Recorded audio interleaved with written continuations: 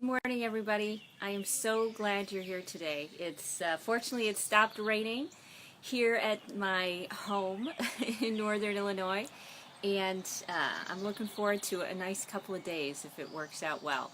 So, if you don't know who I am, I'm Rita Hickman. I'm a body-mind expert and shiatsu massage therapist, and my goal or mission in life is to help teach women, especially, how they work, because when you know and understand how you work, then you can heal yourself. You can heal yourself mentally, emotionally, physically. You can heal your life, and you can help the people that you love heal too. So my job is to bring forth all of the tips, tricks, information, everything that works about what they've been discovering about the science about the body mind, as well as what cultural medicines have been saying all along about how we work. So I tend to, dive a little bit into Asian medicine, which is one of my specialties, indigenous medicines, and then also the science of metaphysics and the science of the body mind. And what they're discovering and how things are starting to come together are really, really amazing. So I'm glad you're on this journey and this ride with me. Hey, Christine, great to see you. So we've been covering the book, Eben Pagan's Opportunity, and we've been covering the different mental maps that he has in our book. You know, one of the ways to take your life to a little bit higher level, hey Poonam, a little bit higher level, is to start to learn how you work. Start to learn how everything works together to take you to a different level of thought process and to a different level of your brain and a different level of your body. And so when you look at mental maps of the world, when you create different ideas or paradigms about how the world works, then you've got so many more choices of interpreting things, let's say. You know, the big thing, let's say, when I was younger, in my 20s, which was a couple decades ago, was that they assumed everybody had one belief system, and they would work with you to get over your money blocks or get over your self-sabotage, hey Diana, or get over one specific issue of your psyche.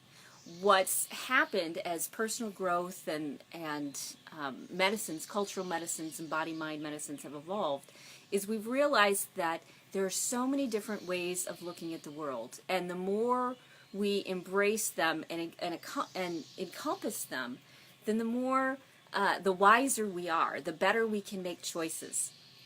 So, okay, I went to Arlington Racetrack, which is a racetrack not far from me, this last weekend. And always in the past when I've gone, we like to try to go once or twice a year. In the past when I've gone, I've gone down, I've looked at the horses, I've, checked their gait, and I've used my intuition to pick a horse. And, it was kind of hit or miss. Hey, Julie. It was hit or miss, and you never quite knew, whether I'd win money or not. And if I did, I only won, a little amount. So this year I decided to do it differently. And I decided to listen to the intuition of the people, of the picks in the book. There was actually this guy who has tons of experience and intuition with horses and who wins and what'll win the most. And so they've got those suggestions in the little guidebook, that you can get for the races for the day. And so this year I decided to try that. And I ended up a big winner. I spent like $10 and I won 170, something along those lines, on one race, the one race that I followed that protocol. So here's the thing.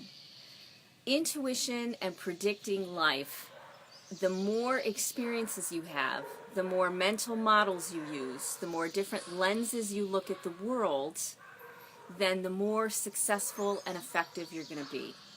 One of my favorite characters her name is Miss Marple, and she was an Agatha Christie character.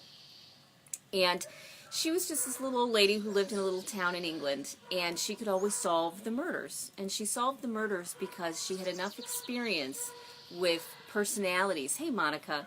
She had enough experience with personalities of a small town that she could predict, who was the one who had, done the thing. Hey, Kathy, great to see you. She could predict who had done it with great accuracy. And yes, she was fiction, But the idea here is intuition takes practice and it takes experience. And the more you let yourself not just go on, well, how do I feel? Because how you feel is based on the past experiences and on the mindset that you carry, the model of the world that you have. That's what it's based on.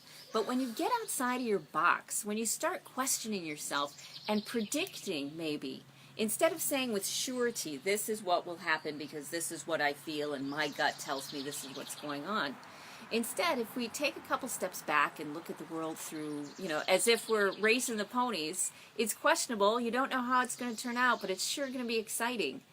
That's how we start to develop our intuition. We start making predictions about how life is going to turn out, how different situations or different people's lives are going to turn out. Hey, Jazz, great to see you.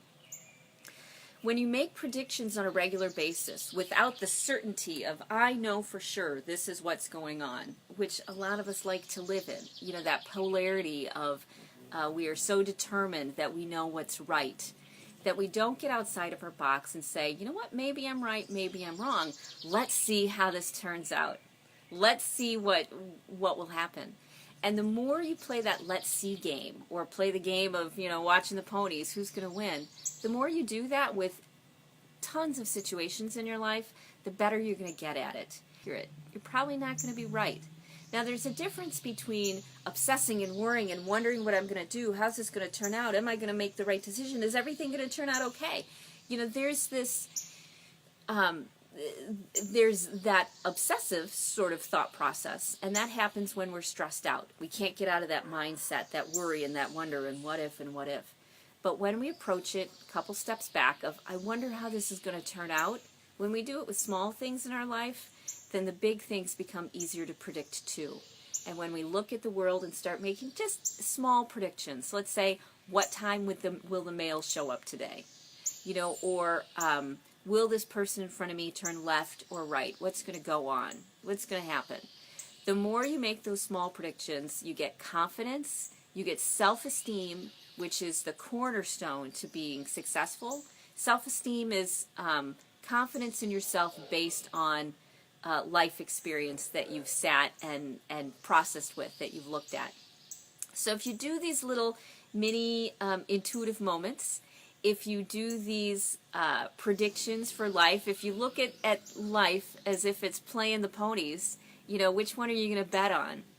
It makes you smarter, wiser, and you start to think and live on a higher level. And that isn't just with your brain, it's with your whole body.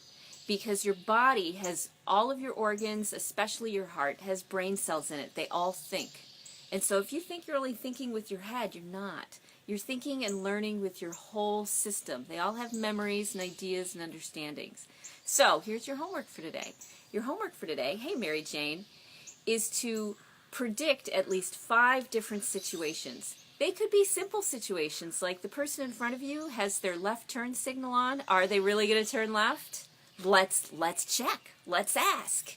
You could even make little bets with yourself if you want. If I'm right, I get a piece of chocolate.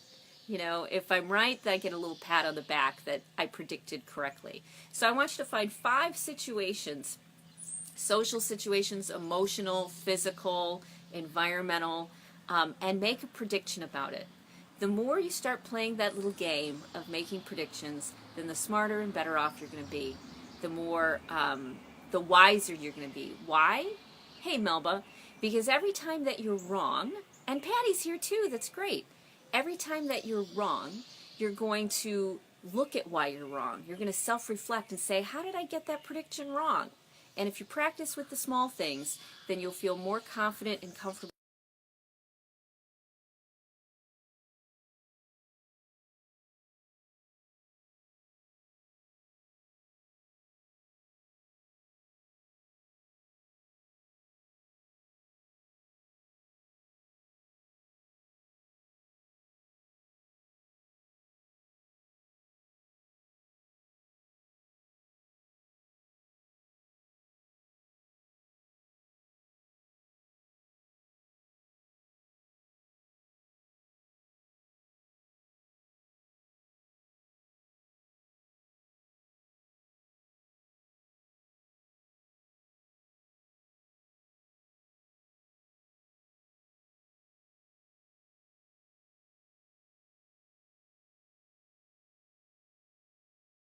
doing it with the larger issues in life, the larger things that get in our way.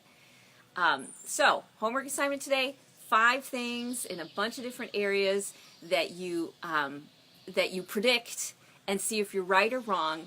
And when you find out which way it went, which way the coin flip went, then you look at yourself and say, why? I wonder why it went that way. I wonder why they turned left instead of right.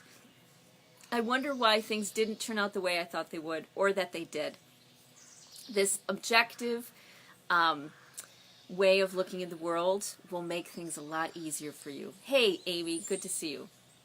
So, okay, like, share, love, comment on it, comment on other people's comments, and become a real great part of this group. And predict today, okay? That's your day, the day of predictions. Flip some coins, pull some tarot cards, check it out, and start getting really good at interpreting and understanding the world around you, not just from your past, not just from the news media point of view, but from your very own point of view. Start predicting and interpreting the world from lots of different angles, and you'll be a lot happier. Okay?